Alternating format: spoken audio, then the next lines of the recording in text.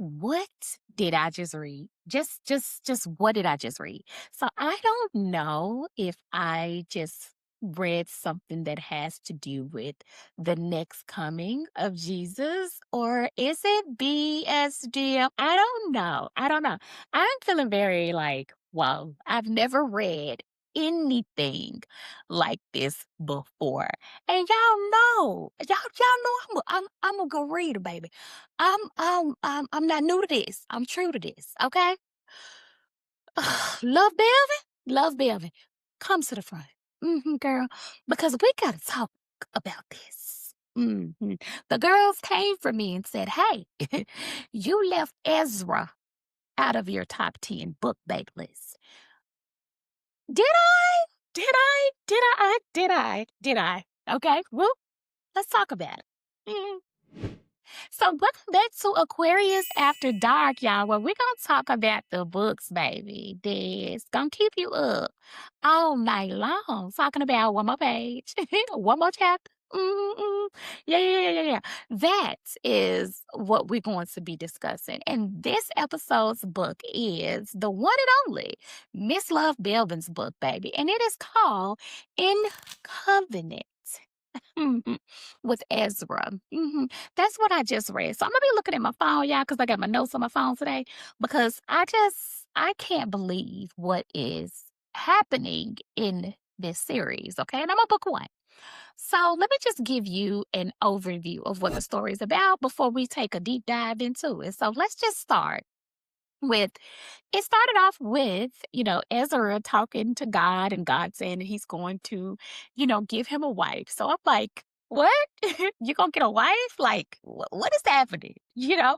I don't read Christian romance. That is not my genre. That's not my judge. I'm all for the Lord, but I don't. I'm not reading it for pleasure. Okay, I'm just saying. So it goes into you learn that Ezra is currently like helping his dad out as the pastor of his church. His dad is sick and he's giving him 6 months to find a wife. I mean, the pressure that these parents put on their kids in these books. Okay. And it's just crazy for you to give your child 6 months. Okay. And Ezra is not from the hood. He's very well traveled. He speaks different languages. He is, has so much money at his disposal from side businesses that he has done. And Ezra don't have any type of, or he doesn't have any type of personality. He talk kind of robotic. It's crazy. Okay. So the main female character is a hot mess express. Okay. So with her parent, her mom died when she was young. Her dad is in jail. I mean, he's incarcerated more than he's not. She has no other family. However, as she got older, she met a mother figure who she's really close with. Okay.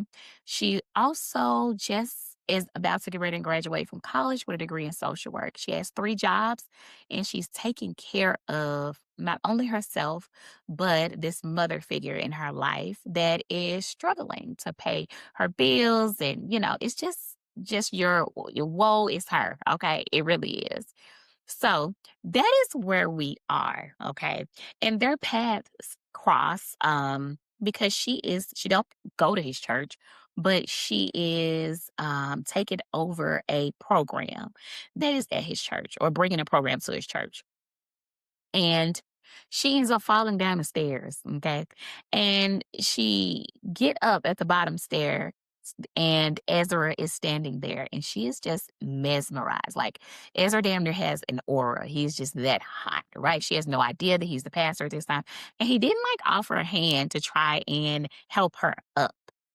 People ran in and were like, hey girl, you need help. Like she literally fell on her face and he disappears. Okay. So that is the introduction to these two characters. Things start to take a turn in the book where you have Ezra is wanting to date her. In my mind, how is this going to work? Because this young lady is so far removed from your holier than thou woman, and this man is right under Jesus. So we think. Hold your horses, ladies. Um, and I'm thinking, this ain't gonna work. And she takes him up on an offer to go on a date, but it turns into a double date because pastors, huh, shouldn't be left alone with a young single lady. Okay. Whoa. Okay. So I'm in the book like, what the fuck is happening? Okay.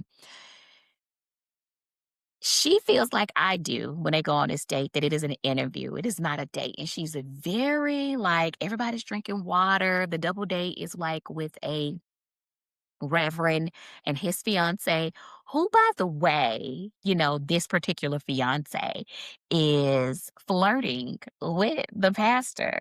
Who, yeah, that wouldn't work for me. I'm telling you right now. Yeah. That was pissing me off because I don't know, honey. I can't be nobody's first lady. But that is what happens. And they do this several times, and she's trying to give it a chance. And all of a sudden, she gets pissed off I think they did it 3 times, and he walks her up to her door. And she's like, listen, dude, I'm a sinner. That's basically what she's saying. I don't live by the Bible, okay? I'm finna go upstairs. I'm finna smoke some weed. I like to drink alcohol. I don't like to go on dates where I am being chaperoned like I am going to a 7th grade snowflake ball, okay? That is what it feels like to her. And she is not used to that. But on the other hand, y'all, we're getting this something about Ezra is dark. It's there.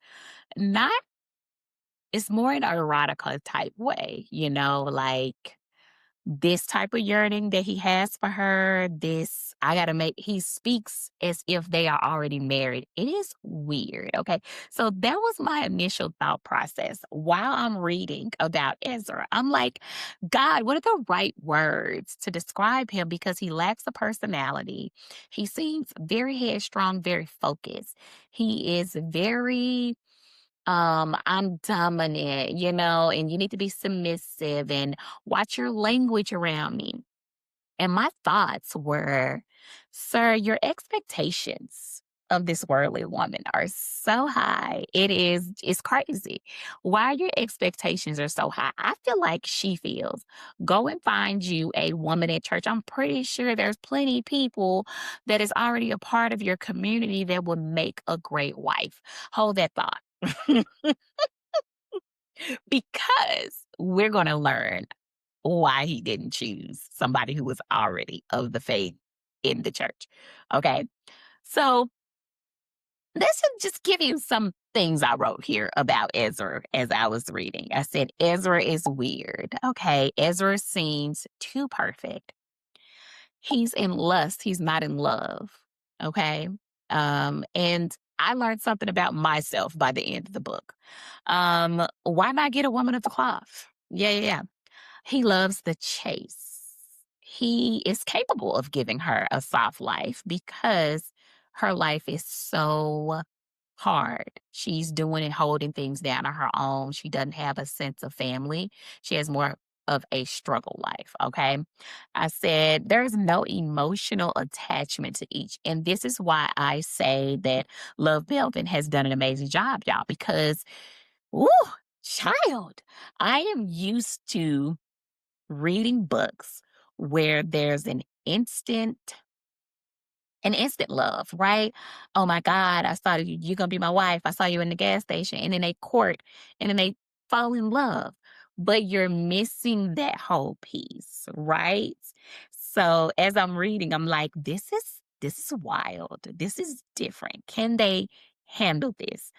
I don't think she can. And that is where I am in the book, right? So they go on a date by themselves, and she is still trying to throw him off. She's like, I can't have kids. I'm infertile. God, this man has to be the second coming of Christ because he's like, who told you that? He still won't go away, you know? But I guess if you get a message from the higher power that says this is going to be your wife, then I guess you're going to have to go along with it and trust the message you received, right? So now we've gotten to the point where she's like, what do I have to lose? She's accepted his proposal. I am still not sold on it, right? And she is not a woman who can easily submit to anybody because she is from the struggle side of life. And that is where you get the conflict between them two. Because what he requires, she's unable to give to him based upon her life. In the life they've led two different lives. She don't know where her next meal is coming from, right? She has $2 left to her name, but you are wearing Gucci and you have this black card. You know what I'm saying? That's not even something in her realm of dreams. She don't even have a dream of getting out of the struggle, and that's how bad it is. So Ezra is like, listen, I can change your life. Okay. I can give you all the things that your little heart desire, you know. It's definitely giving a savior complex, but more in a Christ-like type way, you know. Um, so as the time goes on, she does accept his proposal. And we're speed tracking through that because you got to think they cannot have sex because he is a man of God. He cannot do that. Okay. He can't even do all the other things really. Okay. He kissed her one time and he almost lost it. And it's like he's restraining and he keeps alluding to the fact that, hey, I can blow your mind. I can take your sex life to the next level. At this point, I'm like, who is this man? So here's some more spoilers. You should always read the books first before you come over here to this, okay? Because I'm definitely giving away spoilers through the whole thing. So Natalia is her friend, and I'm like, why is she just shitting on her? She's just oh my God, you're doing too much of this and you do. It's almost like a jealousy. Almost like it's definitely her friend being jealous of her. So I'm like, I wouldn't even have the mom in my wedding. But when you already only have maybe 2 to 3 bridesmaids, so you can't really afford to get rid of one. I mean, Ezra give this woman the wedding of her dreams, but he also is so kind. And he's like, is it your dream or did my mom take over? So Ezra parents are really snooty. They have their nose turned up in the air because they are like, this woman isn't worthy of you. Okay. You need to date. And I forgot the young lady's name who is Precious. Precious is willing to take you back. He's like, I'm done with Precious. I don't want anything to do with her. We've been there, done that, and it didn't work. She's not the woman for me. I'm like, why? Because she still work for you in the house of the Lord. And saints, okay. That's where I'm at. I'm like, why not? She seems easier to go with. But our dear boy Ezra has a secret. Um, and he is, I am not going to say grooming because I feel like that is the wrong word for their situation because I think he does genuinely care about her. But I also think he has his own intentions of why he chose a worldly woman and not someone who's already in the church. So listen, y'all. It gets crazy as hell when Ezra and Alexis goes to Indonesia. These people is treating him, I swear, okay? The people are treating him like Jesus. They are worshiping the ground he walks on. Like I said, this man has to be the next coming of Christ, the way these people submit and worship and treats him like the king. Okay. And she is like, what is up with these people? This is weird. The way they treating you. Like, it ain't clicking to her. So here's where Love Belvin takes us on this crazy ass ride. This lady's writing is top tier and superb because the next shit threw me for a whole loop. Okay. So just imagine, okay, that there's these village people and they come and rush to Ezra and they say, "Hey, such and such is sick." Okay. And she's not breathing. He runs out immediately. I'm like, well, why the hell y'all ain't call 911? Y'all, what is y'all's definition of 911 in Indonesia? What is it? Is it 411? We have what is it? Why would you call Ezra? He is not a doctor. Okay. Get get ready for this. So Ezra goes in and tell the people to open the windows. This lady doesn't have a pulse. She is good and gone to the Lord. Mhm. So everybody's watching him say some words in a different language and oh my God. She comes she comes back to life. So of course, when he goes back to his hotel room after his wife now, Lexis has watched this, she's a little bit more open to being submissive, if not just for one day. And he's very aware that she hasn't given herself to him fully. It's almost like he can read her mind in certain instances. And I'm like, girl, what are we dealing with here? Because he is freaky. And I can't think about Jesus being into the BSDM world. I can't. Okay. And that is a conflict in itself. Okay. That's where I'm at with that. Y'all, Jesus. Okay. So here are the parts that make it uncomfortable. I feel like he's asking her to be submissive and truly let herself go so she can experience this freedom of a soft life, but he wants something from her. So when they come back off their honeymoon, he feels like he's done enough things where maybe they play with toys and done some of those things, maybe tied her up, but not any of the hardcore stuff, right? So they get back, and his mom had even mentioned it, and it was thrown in there to us at his wedding. It's like there's a dark side of you. There's this part of you, this beast, this, and I'm like, where's the beast? Because he's giving off Jesus. Okay, like where's the beast? Where's the beast lady? So it's just been like little droplets put in there of what he could be capable of. We're going to use the word pinnacle here, okay? Because of course we've all watched Bridges, and that is the new word for when a lady reaches her peak, okay? And girl Lexus, has never reached her peak um uh, through with another person or with another man. It's always been her independently getting that pinnacle by herself because she knows her body better than anybody else has, or could, okay?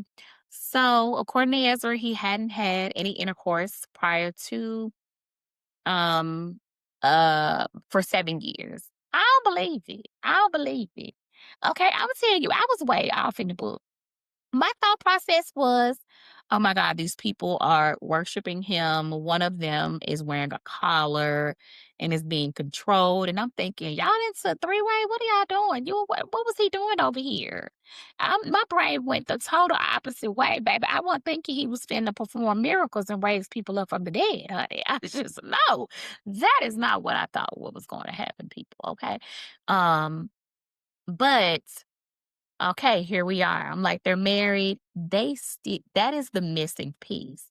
They are in love. And I get it, but I wasn't getting it at first. Okay. Ezra say things, and these are my own triggers that I'm not okay with. I don't like the whole thing of servitude and dominant and all those things. No, that's just a huge turn off, and it's just a red flag, especially with other books that I've read. Um, and Ezra has this unrealistic expectation for this young lady to submit to him when they have only been together at this point for 4 months. You guys are still learning each other. So that is a lot to ask of somebody, whether you are a sadist or Christ. I don't even like comparing the two. Look, Miss Belvin. I want to go back to Precious. I didn't like the idea of Precious being still around. You know what I'm saying? Like to make your wife insecure because she's trying to learn what it is to be a pastor's wife. And she's doing a terrible job, okay? Her dad, um, she ended up going out drinking with him, and there was a lunch that she was supposed to be at, and she got shit faced and showed up. And these are some high, powerful people, and I don't think that she conceptualized what her life is like now, and how much she has to change in order to fit into his world, which I don't like. You know what I'm saying? I don't like, and I don't think I could ever date or if I was single, someone of the cloth because, honey, no. Um, at first I wrote down, I don't get the name of the book. They were in love.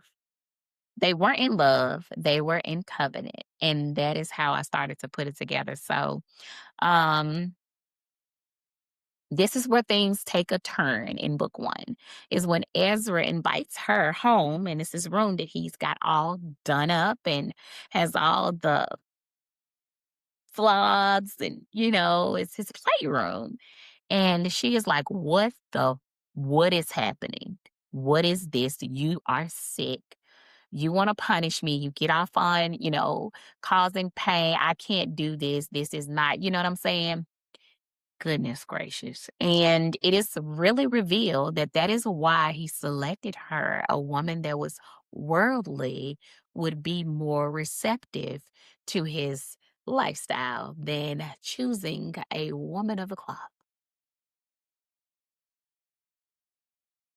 Ezra, Ezra, Ezra, Ezra, Ezra, Ezra.